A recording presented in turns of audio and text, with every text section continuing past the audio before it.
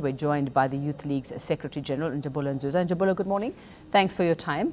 Very interesting call here. Firstly, that you want a top 7 and that you want 2 Deputy Secretary Generals. Explain to us the reasoning behind that. Well, firstly, this is not a new proposition that is coming through. It had actually been proposed by our forebearers in the ANC Youth League.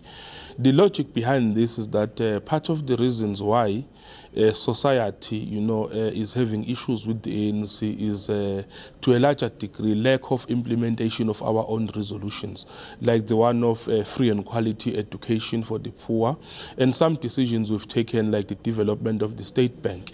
And as a result, we're saying there must be a DSG full-time in Luthuli House to deal with the monitoring and evaluations of government's capability and progress in the implementation of our own resolutions, so that way we can be able to match government and the implementation of our own resolution. By end of the year, we can consistently issue out reports on quarterly basis to say this resolution we've taken has been implemented, this resolution that has been taken has been implemented. The other one is that of organizing.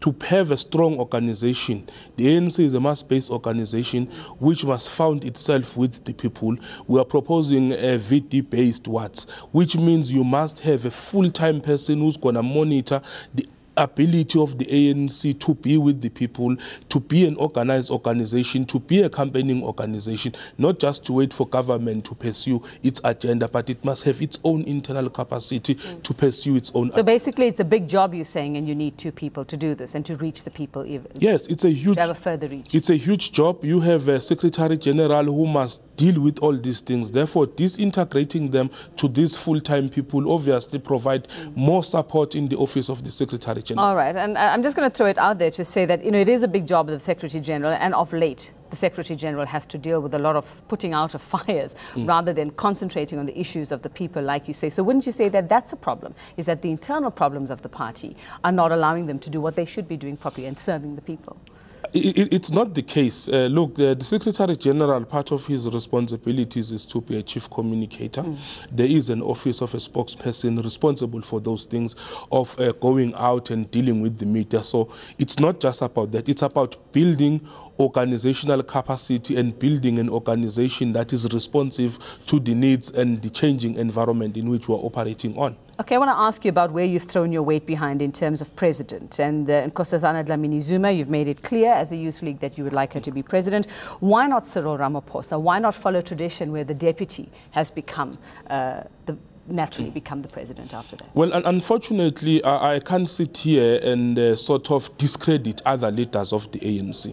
Because when you do that, you don't discredit that leader, you actually discredit the whole organization.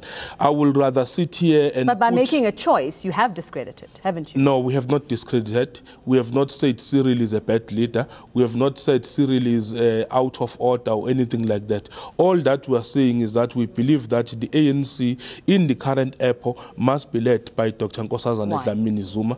Firstly, we looked at the history of experience. We must say we have been discussing this issue for over a year now. We looked at the history of struggle, not just before 1994, but post-1994, leadership in government. We are talking about Home Affairs that has been modernized to the level it has come to today. You look at the role she played at international relations. You look at the role that she has been playing in the broader African continent. And I must say, the world is dependent on Africa to grow. And if we have a South Africa, a leader who's going to be able to unify Africa, surely our economy as Africa is going to grow. So those were the strong considerations going into our decision. And you don't think that Ramaphosa will serve that purpose or has those qualities? We don't think that he actually meets the level of requirements that we have set. So what do you say to critics of Nkosazana Dlamini-Zuma who say she hasn't played those previous roles, she hasn't served them well, especially, she's come under a lot of fire for her position at the African Union, saying that she hasn't actually done what she was supposed to do? Well, to us, we believe that she has performed to the best of her ability, and we are quite happy with the results that we have received. Yes. All right. You also speak of, wanting the top 7, wanting to be more in touch with the people because the job is so busy. What do you also say to those who criticize the ANC Youth League, who say that you've not you're not doing what you're supposed to be doing. You're not serving the youth of the country as you are supposed to, and serving their interests. That you're actually destroying the history of the ANC Youth League. You know, coming here, coming here, there's one thing that I wanted to use this platform to share.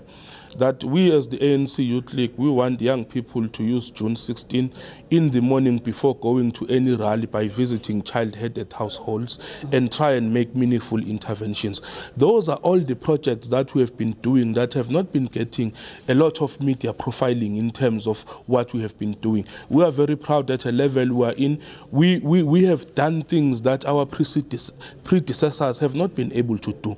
You look at the formalization of 20% youth representation within the ANC, which was still lobbying to be 40% in the broader corporate and government. So those are all the things that we have done that even our predecessors have not been able to do. But some might say, unfortunately, where you are loudest is when it comes to politics. You're not loud about what you're doing, but you do get yourselves noticed for politics because that's where you're most outspoken. Yes, so obviously, the role of the ANC Youth League is twofold. Champion the interest of young people, and that is why we launch campaigns like the ones that we've been launching against ABSA, the one of free education, presentations that we've done to those commissions, but also it is also to rally the youth behind the banner of the ANC. So we have a two-tier approach in how we actually handle issues. Part of why we are here is to say, look, this is the leadership collective that we are proposing. We are calling for young people to rally behind the banner of the ANC. We have had, just last week, we launched our Youth Month, and we are fairly confident of what we did, but those things, unfortunately, they don't get as much media coverage as we would want them to do. And before I let you go, I want to ask you about, where you're politically, because like we say, we see more about how you're involved in politics and what you're doing on the ground. And not saying that you're not doing it, but it's just not getting out there. Is when it comes to the ANC itself and everything that is going on, everything over the past couple of weeks, do you believe that the ANC is in trouble? And also dealing with factions between, in the party? Yeah, Oliver Tambo in Morogoro says beware of the wedge driver, which means there was a wedge driver. The ANC has had problems before of being divided, but subsequently after that, the ANC was able to regroup itself. It delivered political freedom for our people. Even now, we are fairly confident that we will go through this phase as the African National Congress and ultimately move forward with building a better life. And as the Youth League, do you think that you are properly holding the elders, if I had to put it that way, to account, to serve the youth as you're supposed to be doing? Exactly. Are you the watchdog as you're meant to be as the ANC? That is what we do within the ANC. Sometimes we wish people could come to the National Executive Committee meetings of the ANC just to see how boldly we place our points across in a respectable manner, not in an arrogant manner, because we want to see results. And you don't think it's a waste of time to throw your weight behind anybody with the surname Zuma at this point? It's not. It's not. It will be wrong for you to be judged on any actions maybe of your husband or any other. You are an individual yourself. That is one of the problems women face in this country, that they are judged on who they've been married to as if they don't have the mind of their own. We have assessed her on her own personal, credential and what she has done as a person of a veteran in terms of struggle. So we have not looked in terms of the surname. If we were to decide leadership on the basis of surnames, then we will surely not be intellectual people who are able to think in a proper manner. All right, thanks very much for your time. That's ANC Youth League Secretary General Njabulo Nzuza with us on Morning News Today.